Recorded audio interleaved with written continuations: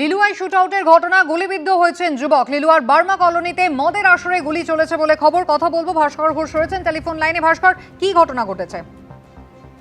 দেখো কুসুমিতা, গতকাল প্রায় গভীর রাতে দুই বন্ধু, যার একজনের নাম মালিঙ্গা, অপর বন্ধুর নাম এখনো পর্যন্ত জানা যায়নি।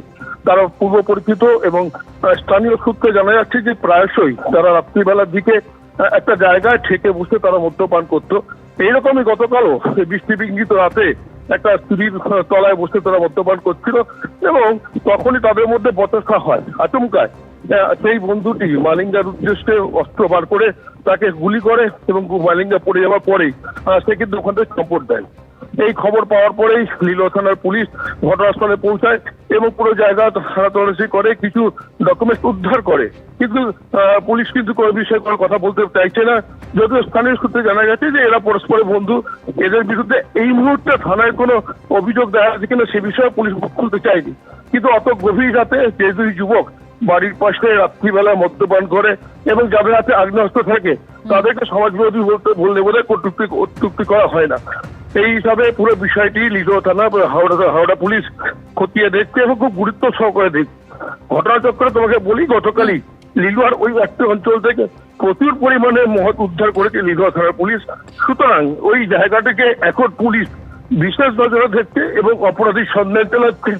এর পেছনে কোনো গ্রুপ আছে কিনা সেটা খতিয়ে দেখছে, সিসিটিভি চেষ্টা করছে। কিন্তু বৃষ্টি বিঘ্নিত রাতের অন্ধকারে ধন্যবাদ। পুজোর আগেই রাজ্য সরকারি কর্মচারীদের জন্য আরও 20% ডিএ জারি বিজ্ঞপ্তি। 1 অক্টোবর থেকে আরও 20% ডিএ সরকারি কর্মীদের অ্যাকাউন্টে। বাজেটে ঘোষণা মতো আরও 20% ডিএ পাবেন রাজ্য সরকারি কর্মচারীরা। আগের সরকারের আমলে 18% ডিএ, নতুন সরকারের আমলে মিলবে আরও 20% ডিএ। সব মিলিয়ে মোট 38% ডিএ পাবেন রাজ্য সরকারি কর্মচারীরা। রাজ্য সরকারি কর্মী এবং পেনশনভোগীদের জন্য বড় ঘোষণা, বিজ্ঞপ্তি জারি অর্থ দফতরে। বর্তমান মুখ্যমন্ত্রী অক্টোবরে 20% দিয়ে দেবে ঘোষণা আগেই করেছিল। আজকে অর্ডারটা বেরোলো, কিন্তু এই অর্ডারের মধ্যে একটা কারসাজি আছে। কারণ ব্যাপারটা হচ্ছে আমরা ড্র করছি এখন 18% দিয়ে, সেটা কিন্তু উল্লেখ নেই এবং তারা যে 20% দিয়ে দিল সেটাও উল্লেখ করেনি। অর্থাৎ এখানে একটা চালাকি করেছে। আবার দেখুন, এই অর্ডারেই কিন্তু নিচের দিকে আছে যে পঞ্চম বেতন কমিশনে যারা ডিএ পেয়েছিল, এক্সিস্টিং রেট ছিল, সেখানে বলে দিয়েছে 171, সেটা 1 অক্টোবর 2026 থেকে হবে 223%। মানে এই সরকার 38% দিয়ে দিচ্ছে 1 অক্টোবর থেকে, সেটাই বোঝাতে চাইছে। অর্থাৎ সাধারণ মানুষকে বিভ্রান্ত করতে চাইছে যে এই সরকার এসে 38% দিয়ে 1 অক্টোবর 2026 থেকে দিতে চলেছে। শিক্ষক সরকারি কর্মচারীরা যেভাবে বঞ্চিত হয়েছেন, সেই বঞ্চনাটাকে নিরসন করতে গেলে এই ডিএটা জুলাই মাস থেকে দেওয়া উচিত ছিল, বা আমরা প্রত্যাশা করেছিলাম যে এটা জুলাই মাস থেকে অর্ডারটা বেরোবে। কিন্তু যেহেতু ঘোষণা হয়েছিল অক্টোবর মাস থেকে, তাই অক্টোবর মাস থেকে বের করেছে। তাও একটা কথা যে সরকার ঘোষণা করেছিল, তাও অর্ডারটা বের করেছে। আরেকটা বিষয়, আমাদের সরকারের কাছে আবেদন থাকবে, এখনও পর্যন্ত আমাদের 22% ডিএ কেন্দ্রীয় হারে যে ডিএ হয়, সেই তার থেকে 22% ডিএর ফারাক থেকে গেল। একসঙ্গে হয়তো এই ডিএটা দেওয়া সম্ভব নয়, কিন্তু আমরা প্রত্যাশা করব, সরকারের কাছে আবেদন রাখবো আগামী ডিসেম্বর মাসে এই 22% ডিএ মিটিয়ে দিয়ে তারপর 7th পে কমিশন লাগু করার কথা যেন সরকার চিন্তা ভাবনা করে। এটাই আমাদের সরকারের কাছে আবেদন। মঙ্গলবার এনডিএর বৈঠকে অংশ নিলেন তৃণমূলের বিদ্রোহী এনসিপিআই সাংসদরা। দিল্লি গিয়ে তাদের সঙ্গে বৈঠক করলেন মুখ্যমন্ত্রী শুভেন্দু অধিকারীও। পর্যবেক্ষকদের মতে এর নেপথ্যে রয়েছে মোদী সরকারের 2/3 কাছাকাছি পৌঁছে যাওয়ার কৌশল, যেটা না থাকার কারণেই এর আগে আসন না বাড়িয়েই মহিলা সংরক্ষণ বিল পাশ করাতে ব্যর্থ হয়েছিল তারা। We are supporters of NDA, so naturally we are part of NDA. The meeting was very good and fruitful, and he's promised us that all member of parliaments, whoever have joined the NCPI and the NDA alike. মঙ্গলবার সকালে এনডিএর বৈঠকে অংশ নিলেন তৃণমূলের বিদ্রোহী এনসিপিআই সাংসদরা। দুপুরে দিল্লি গিয়ে তাদের সঙ্গে বৈঠক করলেন মুখ্যমন্ত্রী শুভেন্দু অধিকারী। मुख्यमंत्री से कुछ गुंजाइश था, वो सुन लिया मैंने। তৃণমূলের বিদ্রোহী 20 জন সাংসদের এনসিপিআইতে মিশে যাওয়া, এনডিএতে যোগ দেওয়া, ঘন ঘন তাদের সঙ্গে কিংবা তাদের লোকসভার দলনেতার সঙ্গে প্রধানমন্ত্রী মুখ্যমন্ত্রীর বৈঠক, এসবের নেপথ্যে মূলত রয়েছে মোদী সরকারের 2/3 আরেকটু কাছাকাছি পৌঁছে যাওয়ার কৌশল, যেটা না থাকার কারণেই এর আগে আসন বাড়িয়ে মহিলা সংরক্ষণ বিল পাশ করাতে ব্যর্থ হয়েছিল মোদী সরকার।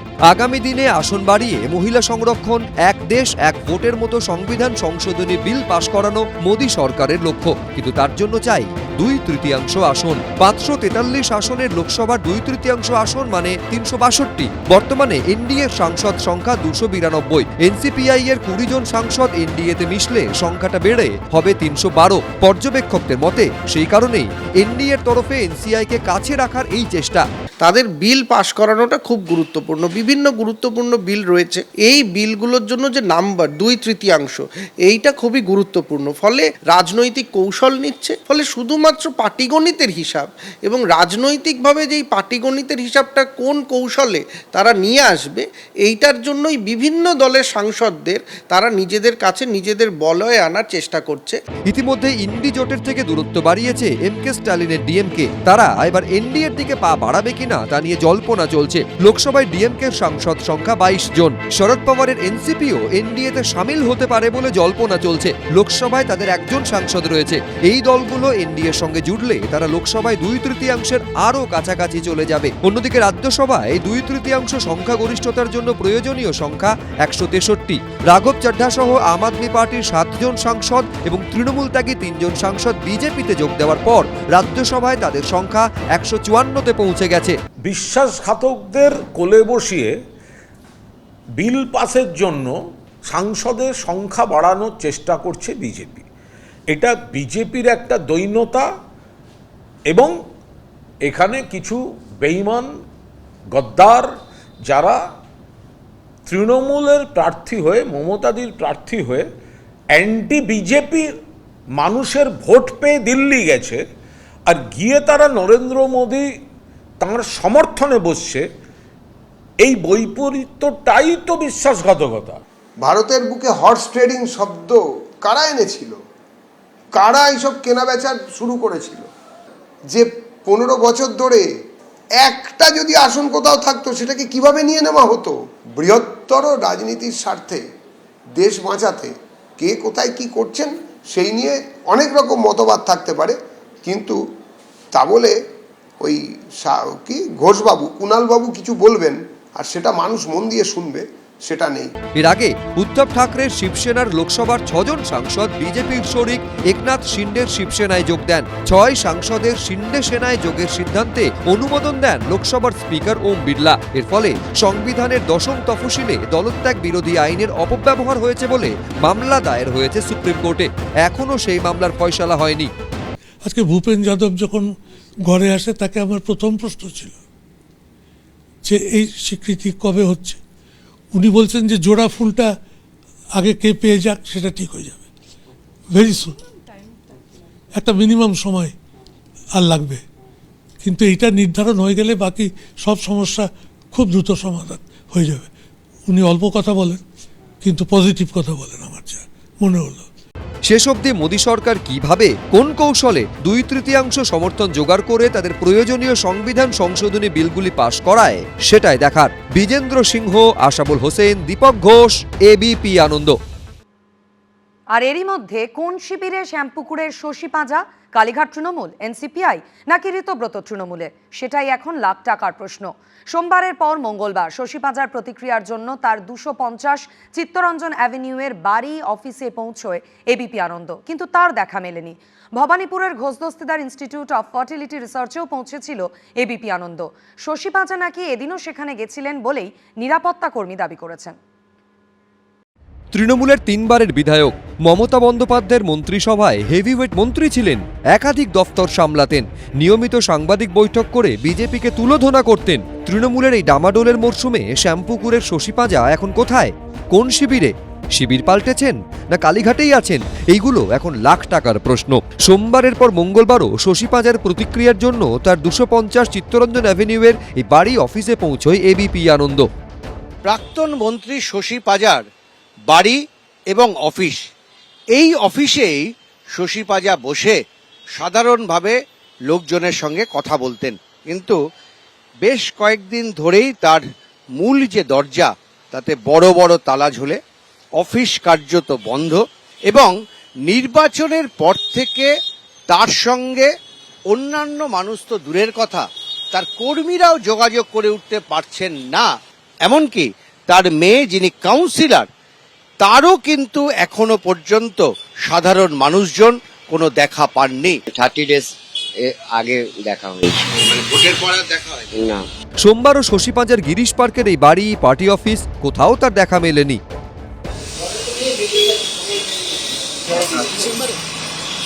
চেম্বারে বলতে ভবানীপুরের চেম্বারে, যেটা ওই কাকলিদির ওই চেম্বারে, মানে রাত্রিরে ফিরছে না, ওখানেই থাকছে। গিরিশ পার্ক মোড়ের কাছে সেন্ট্রাল অ্যাভিনিউর ওপর শশী পাঁজার বাড়ি, এবং এখানে তার যে মূল অফিস তার একতলায় রয়েছে, দোতলা আরও একটি অফিস রয়েছে, এবং তার উপরে তার বাড়ি, সেখানে তিনি থাকেন। এখানে এসেও কিন্তু শশী পাঁজার দেখা পাওয়া গেল না। সম্প্রতি এনসিপিআই সাংসদ কাকলি ঘোষ দস্তিদারের ছেলে বৈদ্যনাথ ঘোষ দস্তিদার একটি ফেসবুক পোস্টে লেখেন, আমার মা কাকলি ঘোষ দস্তিদার আমাদের আইভিএফ কেন্দ্রে 2 জন প্রাক্তন হেভিওয়েট মন্ত্রী এবং 3 জন বর্তমান সাংসদের সঙ্গে গোপন বৈঠক করেছেন। আমি তাদের নাম প্রকাশ করতে পারছি না, তবে আমি নিশ্চিত যে যথাসময়ে সংবাদ মাধ্যমকে এ বিষয়ে জানানো হবে। জল্পনা বাড়ান খোদ কাকলি ঘোষ দস্তিদারও। আমার প্রথম স্টুডেন্ট হচ্ছে ডক্টর শশী পাঁজা।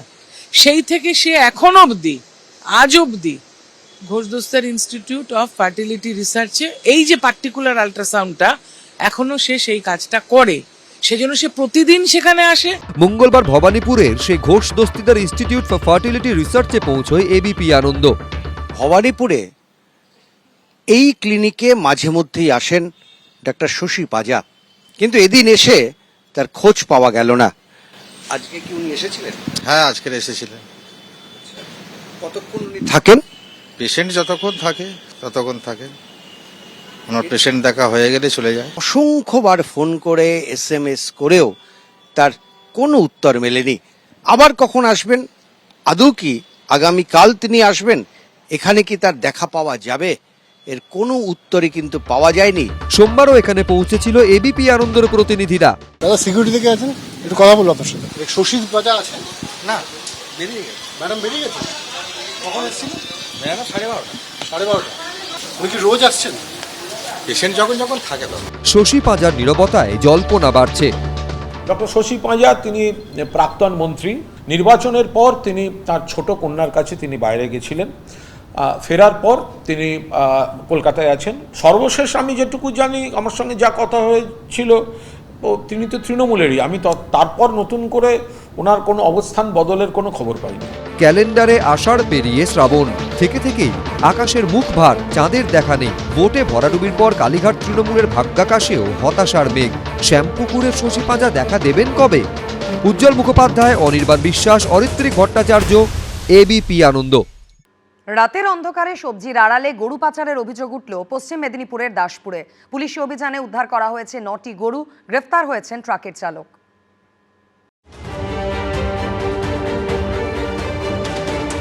গত সপ্তাহে টমেটোর আড়ালে কয়লা পাচারের অভিযোগ উঠেছিল পূর্ব বর্ধমানের আউশ গ্রামে। এবার সবজির ট্রের আড়ালে গরু পাচারের অভিযোগ উঠল পশ্চিম মেদিনীপুরের দাসপুরে। পুলিশি অভিযানে উদ্ধার হলো 9টি গরু, গ্রেফতার হলেন ট্রাকের চালক। কোথায় নিয়ে যাচ্ছিলে দাদা?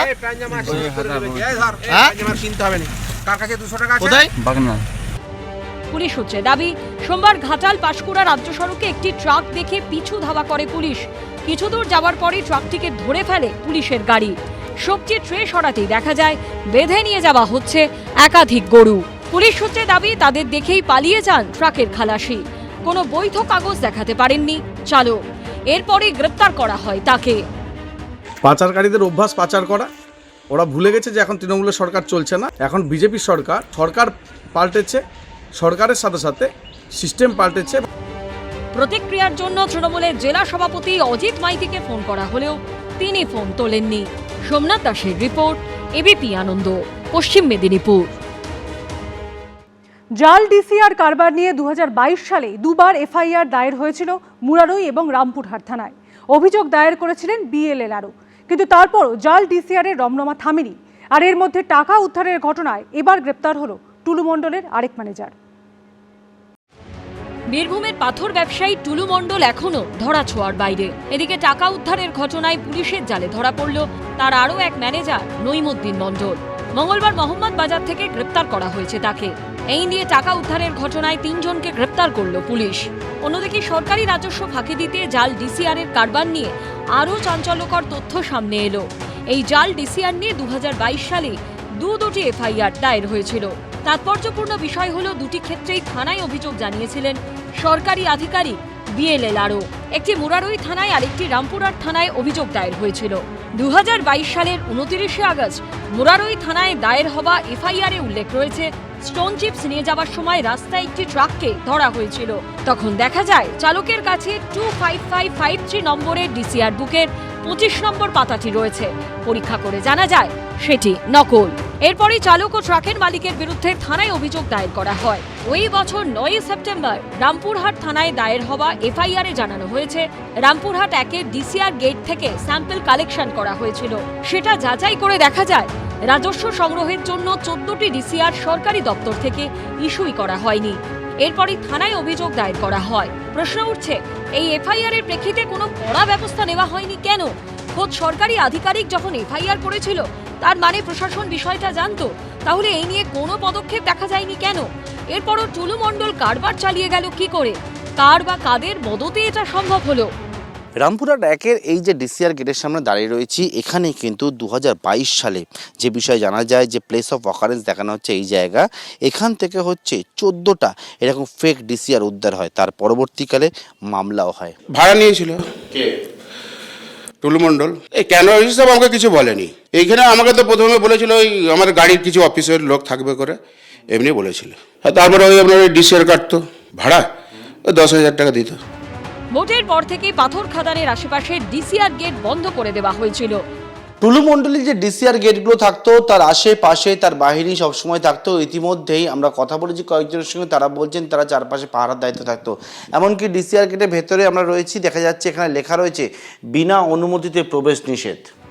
কিন্তু 4 বছর আগেই যেখানে জাল ডিসিআর নিয়ে পুলিশে এফআইআর দায়ের করা হয়েছিল, সেখানে এতদিন পুলিশ কি করছিল সেই প্রশ্ন থেকেই যাচ্ছে। পার্থপ্রতিম ঘোষের রিপোর্ট, এবিপি আনন্দ। অভিষেক বন্দ্যোপাধ্যায়ের পিএ সুমিত রায় নিউ আলিপুরের বালিতে তল্লাশি চালালো সিআইডি। শালবনী থানায় দায়ের হওয়া জমি দুর্নীতির মামলায় তল্লাশি চালানো হলো। শালবনী থানায় দায়ের হওয়া জমি দুর্নীতির মামলায় অভিষেক বন্দ্যোপাধ্যায়ের পিএ সুমিত রায়ের নিউ আলিপুরের বাড়িতে মঙ্গলবার প্রায় 20 মিনিট তল্লাশি চালালেন সিআইডির অফিসাররা। এতদিন এই মামলার তদন্ত করছিল জেলা পুলিশ। মঙ্গলবারই এই মামলার তদন্তভার আসে সিআইডির হাতে। শালবনীর এই মামলায় আদালত থেকে রক্ষাকবচ পাননি অভিষেক বন্দ্যোপাধ্যায়ের পিএ। এদিনই গ্রেফতারি পরোয়ানা নিয়ে তার বাড়িতে তল্লাশি চালালেন সিআইডির গোয়েন্দারা। প্রায় 20 মিনিট সুমিত রায়ের বাড়িতে তল্লাশি অভিযানের পর এই মুহূর্তে সিআইডির যে টিম যারা ভেতরে গেছিলেন তারা বাইরে বেরোচ্ছেন। 6:20 মিনিটের নাগাদ সিআইডির আধিকারিকরা কথা বলা শুরু করেন সুমিত রায়ের মায়ের সঙ্গে, কিন্তু প্রথমে তারা ভেতরে ঢুকতে পারেননি।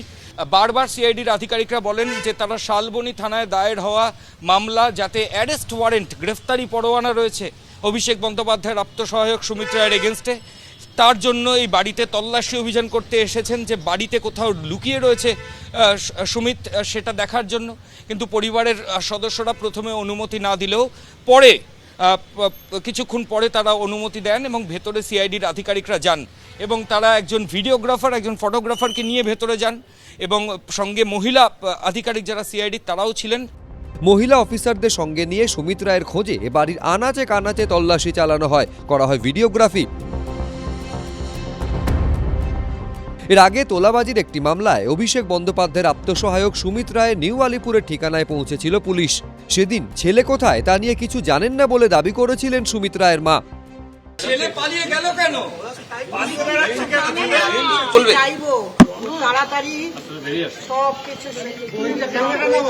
কোথায় গেছে? 13 জুন মাঝরাতে সুমিত রায়ের মোবাইল ফোনে টাওয়ার লোকেশন ধরে অভিষেক বন্দ্যোপাধ্যায়ের কালীঘাটের বাড়িতে গেছিল পুলিশ। রাতভর বাড়ির দরজায় অপেক্ষার পর সকালে বাড়ির সামনে 2টি গেটের তালা ভেঙে অভিষেক বন্দ্যোপাধ্যায়ের বাড়ির ভেতরে ঢোকে পুলিশ। প্রায় 1.5 ঘন্টা তল্লাশি চালিয়েও খোঁজ পাওয়া যায়নি অভিষেক বন্দ্যোপাধ্যায়ের আত্মসহায়ক সুমিত রায়ের। সেই থেকেই বেপাত্তা তিনি। তার বিরুদ্ধে আগেই লুকআউট নোটিশ জারি হয়েছে। এসবের মধ্যেই বুধবার অভিষেক বন্দ্যোপাধ্যায়ের বিদেশে চিকিৎসা করাতে যাওয়ার আবেদন সংক্রান্ত মামলা, যেটি কলকাতা হাইকোর্টে ফেরত পাঠিয়েছিল সুপ্রিম কোর্ট, তার শুনানি হবে বিচারপতি সৌগত ভট্টাচার্যের এজলাসে। ময়ূক ঠাকুর চক্রবর্তী, সৌভিক মজুমদার ও প্রবীর চক্রবর্তী, এবিপি আনন্দ। এবিপি আনন্দ, এগিয়ে থাকে, এগিয়ে রাখে।